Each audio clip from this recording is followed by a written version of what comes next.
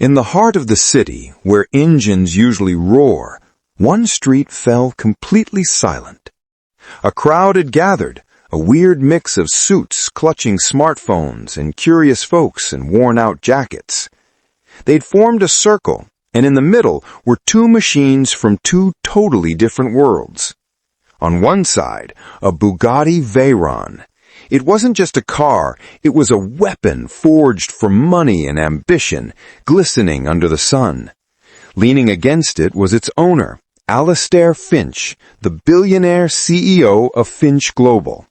The smirk on his face was as expensive as his suit, and he looked like a man who had never struggled for anything in his life. On the other side, looking tiny but defiant, was a go-kart. It was a patchwork of rust and resilience, built from scrap metal and late nights. The seat was a plastic bucket, and the engine was a sputtering lawnmower motor that had been polished with love. Next to it stood Liam, a single father with oil-stained hands and a quiet desperation in his eyes. Tucked in his jeans was a crinkled eviction notice. Alistair Finch pushed himself off his multi-million-dollar car, his voice cutting through the silence. He pointed a perfectly manicured finger at the go-kart, his face a mask of fake disbelief. "Let's make this a little more interesting, shall we?" he announced, his eyes locked on Liam. "My company," he said, waving a hand toward the skyscraper with his name on it, "all of Finch Global, is yours if you can outrun me with that junk." The words just hung there, completely absurd. A few of Alistair's buddies let out a sharp, humorless laugh. The crowd murmured, phones up, recording the whole unbelievable scene. Liam just stood there, his heart hammering against his ribs. This had to be a joke, a nightmare he couldn't wake up from. It all started an hour earlier. Liam had just finished a double shift at a garage, a job that barely paid for food for him and his 7-year-old daughter, Lily. He was testing out the go-kart he'd built for her birthday. He'd spent months on it, scavenging parts, keeping a promise to bring a little joy into their increasingly tough life. He'd parked it for a second when a convoy of black luxury cars rolled up. Alistair Finch got out, surrounded by his crew. He took one look at the go-kart, a machine built with love, and all he saw was junk. "What is that thing?" he sneered. Liam, not looking for trouble, just said, "I built it for my daughter." That simple, honest statement seemed to set Alistair off. He saw the pride in Liam's eyes and couldn't stand it. For Alistair, worth was about stock prices, not handmade gifts. He launched into a speech about ambition, about how people like Liam were happy playing with scraps, while men like him conquered the world. Liam finally had enough. "You don't know a thing about me," he said, his voice low but firm. "This go-kart has more heart than your entire fleet of cars." And that was it. That was the spark, the moment Alistair Finch decided to turn one man's struggle into a public show. Now, standing in the silence, Liam thought of Lily. He thought of her cough, the medicine he couldn't afford, and the eviction notice that felt like a ticking clock. He looked at the go-kart, a symbol of his love for her, and then at the Finch Global Tower, a symbol of everything he could never have. This wasn't a real choice. When you have nothing, a 1 in a billion chance is a lifeline. "Are you serious?" Liam whispered. Alistair snapped his fingers. His lawyer stepped forward with a tablet. "A legally binding digital contract. My entire company, assets, patents, everything, against your garage. And of course," he added with a cruel smirk, "that magnificent machine." It was the ultimate insult. His whole world, his job, and the one beautiful thing he'd made weighed against a tiny fraction of the billionaire's empire. But the contract made it real. Liam thought of Lily's face when she saw the go-kart. He thought of her asking if they'd have to move again. The fear in her voice lit a fire in his gut. He looked at Alistair's smug face, knowing the billionaire expected him to back down. He took a deep breath, smelling the gasoline and city grime, and took the stylus. His hand trembled, but his signature was firm. "Fine," Liam said, his voice steady now. "You've got a race." The city, always hungry for a show, actually sanctioned the madness. A 5-mile course was mapped through the industrial outskirts, a part of town Alistair's Bugatti would never touch. For Alistair, it was a marketing stunt. For Liam, it was the Indy 500 and the fight for his life rolled into one. At the starting line, the difference was almost funny. The Bugatti purred, a low growl promising insane power. The go-kart just sputtered and coughed. One machine was built by robots to be perfect. The other was built by a dad to make his daughter smile. The flag dropped. The Bugatti didn't just accelerate, it teleported. It was a silver blur and a piercing scream, gone in a flash. Liam was left in a cloud of its exhaust. A sigh went through the crowd.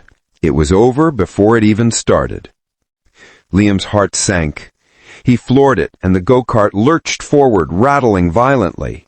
The engine whined, the frame shook, and every bump in the road shot through his bones. He was probably only doing 30, but it felt like flying. The first mile was pure humiliation. The Bugatti was so far ahead it was gone. The drone cameras were all on Alistair, who looked bored as he cruised down the empty streets. But Liam knew these streets. He'd grown up here.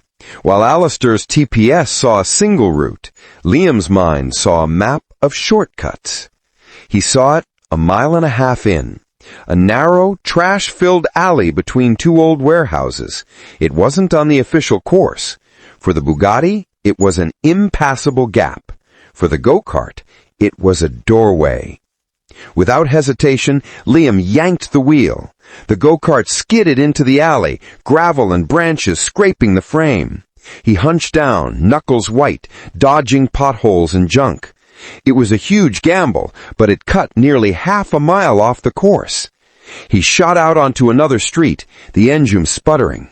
He looked ahead, nothing. He looked back, nothing. For a second, he felt a surge of hope. Could he actually do this? The hope died fast. A moment later, he heard it, the roar of the Bugatti.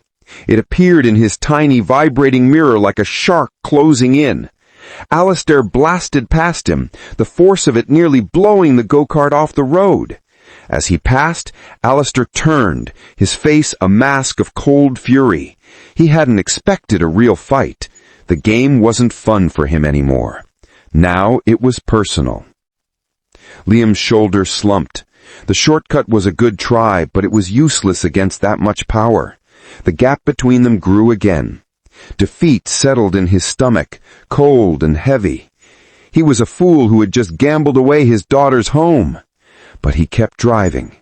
Maybe for Lily, maybe just to finish what he started. The engine started making a terrible clattering noise. Thick black smoke poured from the motor. It was dying. His hope, his promise to his daughter, it was all dying on this empty road.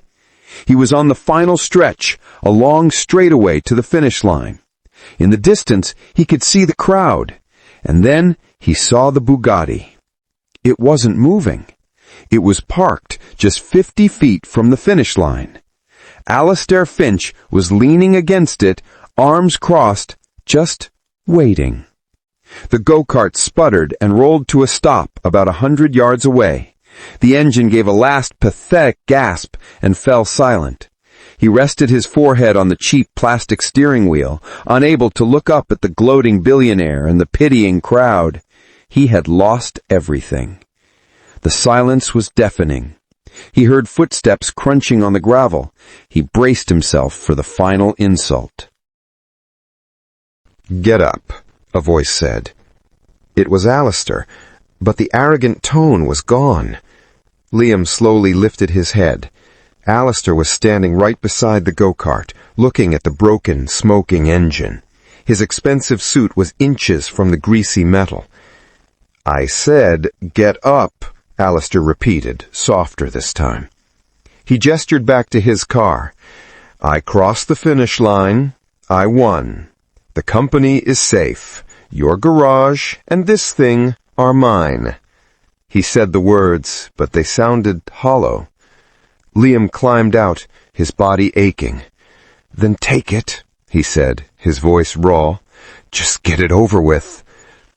Alistair didn't move. He reached out and, with a strange curiosity, ran a finger over the welded frame. "Scrap steel from the old shipyards," he said quietly. "A radiator from a junked motorcycle, and a Briggs & Stratton 5-horsepower engine, from a pressure washer, maybe." Liam just stared. How could he possibly know that? Alistair finally looked at him, and for the first time, Liam saw past the billionaire. "My father and I built our first engine in a garage that smelled just like yours. It was a shed with a dirt floor. We didn't have money, so we used junk, whatever we could find." He pointed at the go-kart's motor. "We had one just like that, spent a year trying to get it to run. My hands were always covered in grease. My dad used to say that grit and oil were the perfumes of progress." The crowd was silent, straining to hear every word. "He died before he saw it work. Heart attack, right there on the dirt floor. I was 16. I spent the next 20 years building an empire so I could buy anything, fix anything. I built Finch Global as a monument to him." He let out a long, heavy sigh. "But somewhere along the way, I forgot about the engine. I forgot the smell of oil.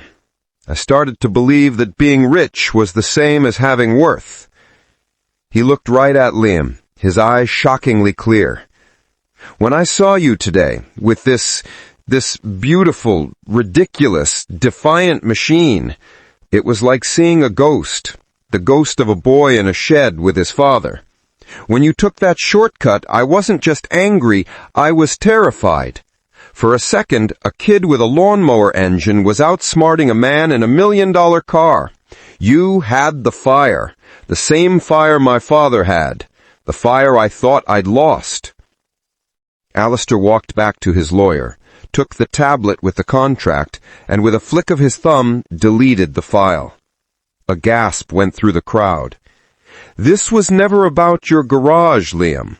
It was a test, for me.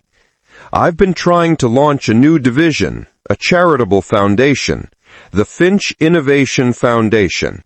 It's for inventors, mechanics, dreamers, people with fire, but no resources.